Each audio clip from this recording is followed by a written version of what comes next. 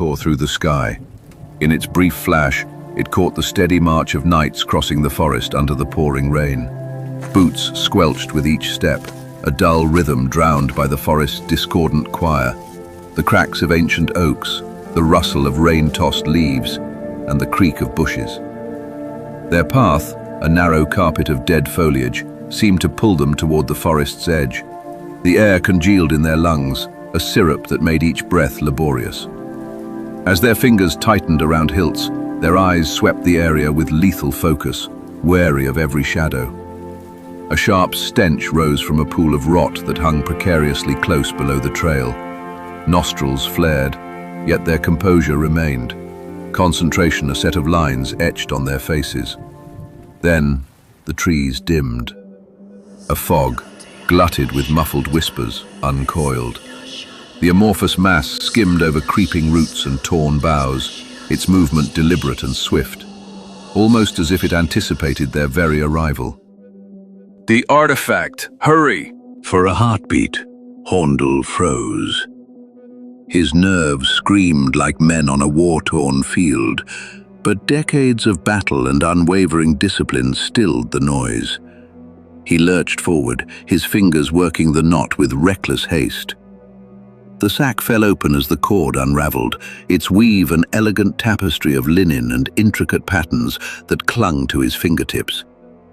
With a sharp drag of breath, he dipped his hand through the sack's mouth, and from its depths it emerged. The sorcerer's lantern. Against the darkened backdrop, the delicate scrollwork cast in burnished gold shimmered with molten radiance. Its ambient light pressed gently against the encroaching darkness. The panes, set in Gothic tracery, hung like ethereal banners under a crown of peaks and sigil-inscribed corners. It was not just an object of light, it was its captor. The commander's eyes flared as he took the lantern, his movements calculated yet hurried. The artifact felt warm on his skin, a palpable contrast to the coldness that gnawed at his heels. His steady gaze raked over its surface with the painstaking haste of a curator racing against time, afraid every second lost could spell their demise. The fog drew near, a thick, suffocating tide. Uncertainty, a sodden lump in his throat, shattered the moment he found the sigil of shields, a column of intersecting lines and arcs, ancient and serene beneath his smudging thumb. Without hesitation, he unsheathed his dagger, its edge drunk with the lantern's light. He slit his thumb, tracing a crimson path along the sigil, an act of vandalism and devotion in one desperate stroke. The lantern stirred.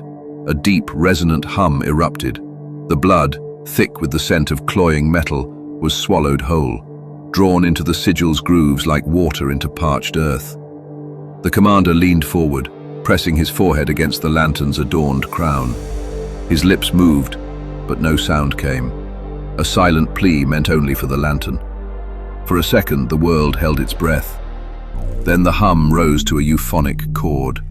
Within its cage, a nexus of contained energy flared with scalding intensity. Beams of light burst out through the panes, powerful, alive. Each shaft unfurled like radiant threads, weaving around the knights, a dome of brilliance set against a siege of smoke. The assault came at once. Boneless tendrils sprung forth, swift and sure. Coiling deathly vapors pressed against the dome, draining the world into a grey blur. The dome held, yet their breaths remained unsteady. Eyes darted, ears strained, their swords already drawn. A pointless act, but instinct despised an empty hand. Then it arrived.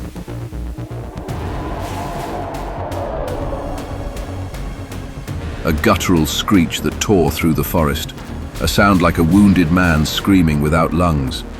The air itself seemed to falter.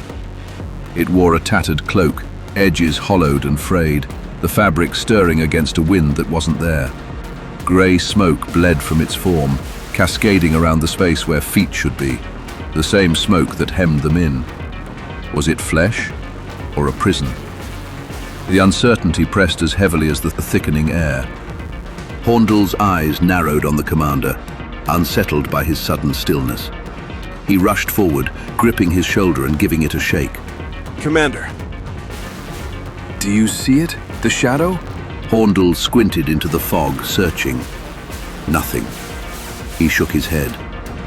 The commander looked at the lantern, then back at the looming void, his mind racing. He understood. The lantern's brilliance didn't just banish shadows, it revealed them. But that knowledge would not save them here. A hand, rotted and skeletal, crept from its cloak as it approached, its strides a scythe slicing through the fog. The commander took a step back, then another, unease mounting as the hand hovered above them. What do you see? No answer. The men sensed the shift. They closed ranks, forming a tight circle behind them. A few wary glances were exchanged before the commander's voice rang out. Men, brace yourselves. As shields rose, the hand fell, slamming into the dome with a thundering crash. The earth trembled, the men stumbling as luminous gold streaks slid down the curvature like ripples across a pond. Eyes snapped aloft, temples slick, knuckles white around hilts. The hand rose, then fell again. Each blow drove their hearts deeper into their stomachs. Cracks formed, widening under the strain. With one final swing, the dome fractured into shards gravity could not claim. They froze in the air, vibrating with radiant purpose. The men averted their gaze as the world slowed to a breath. Then the shards ignited, golden flames erupting in a blinding surge. A sickening sizzle filled the air, a sound that was skin crackling in an open furnace. The void screeched, its hands snapping back beneath its cloak. The commander stared at its heaving frame. It had no face, but its lingering regard was a scowl draped in shadows. Then it turned. The fog peeled away with it as it retreated eastward, toward the storm-cloaked peak that split the horizon. There the clouds churned without rest, howling, weeping, forever breaking against jagged stone. Some called it sacred. Others spoke of something older, something that twisted the very air. None who sought it ever returned. Silence followed. The men sighed, relief a sumptuous reward. Muscles loosened, knees threatening to buckle beneath them.